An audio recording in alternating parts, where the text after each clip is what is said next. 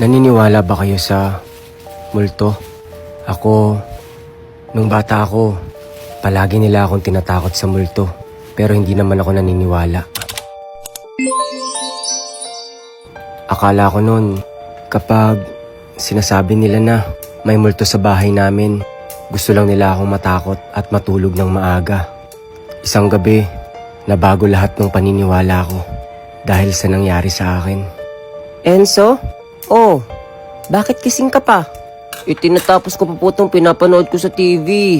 Patayin mo na yan. Gabing-gabi na oh. Ikaw na lang yung tao dito sa sala. Wala naman pong pasok bukas eh. Tsaka inaabangan ko po kasi itong panapanood ko eh. Hosea, ikaw na lang magpatay ng TV ha? Tanggalin mo yung saksak pagkatapos mong manood. Matutulog na ako. Antok na ako. Sige po, ako na lang po magpapatay nito. Matulog na po kayo. O sige, basta pagkatapos niyan matulog ka na. Opo. Pinagpatuloy ko lang yung panonood ko sa TV nung gabing yon. Wala naman akong nararamdaman. Hindi rin ako natatakot kahit mag-isa lang ako. Hindi naman kasi ako naniniwala sa multo nun. Halos mag-aalas 12 na yun ng gabi. Habang nanonood ako, ay may naririnig ako kumakatok sa may pintuan namin. May kumakatok. Gabing-gabi na. Sino kaya yun? Nanonood ako ng TV. Storbo naman. Sandali lang. Sino kaya tong kumakatok na to? Binuksan ko yung pintuan. Oh, wala namang tao. Gabing-gabi na may nantitrip pa din. Lumabas ako ng bahagya sa may pintuan ng bahay namin at sumilip ako kung sino yung nanloloko sa amin.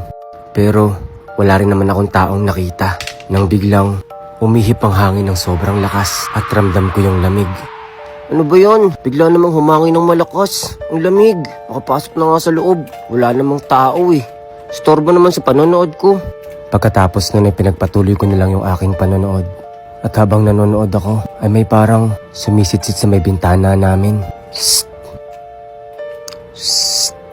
Ano yun? Pinagtitripan talaga ako. Sino kaya yun? Maghahating gabi na eh. Nasa bintana naman. Isa pang sitsit mo. Punta agad ako sa bintana para makita ko kung sino ka. Niloloko mo ko ah. Akala mo matatakot ako sa'yo. At ilabangan ko nga yung pagsitsit niya. Nasa gilid ako ng bintana. Gusto kong makita kung sino yung nanloloko sa amin. Sige, sumitsit ka pa.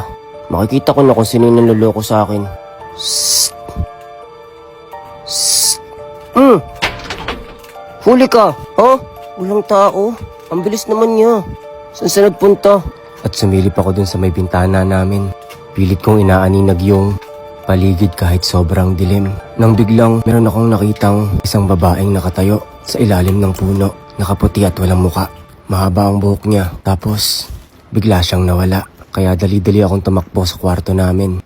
Hindi ko na napatay yung TV sa sobrang takot ko.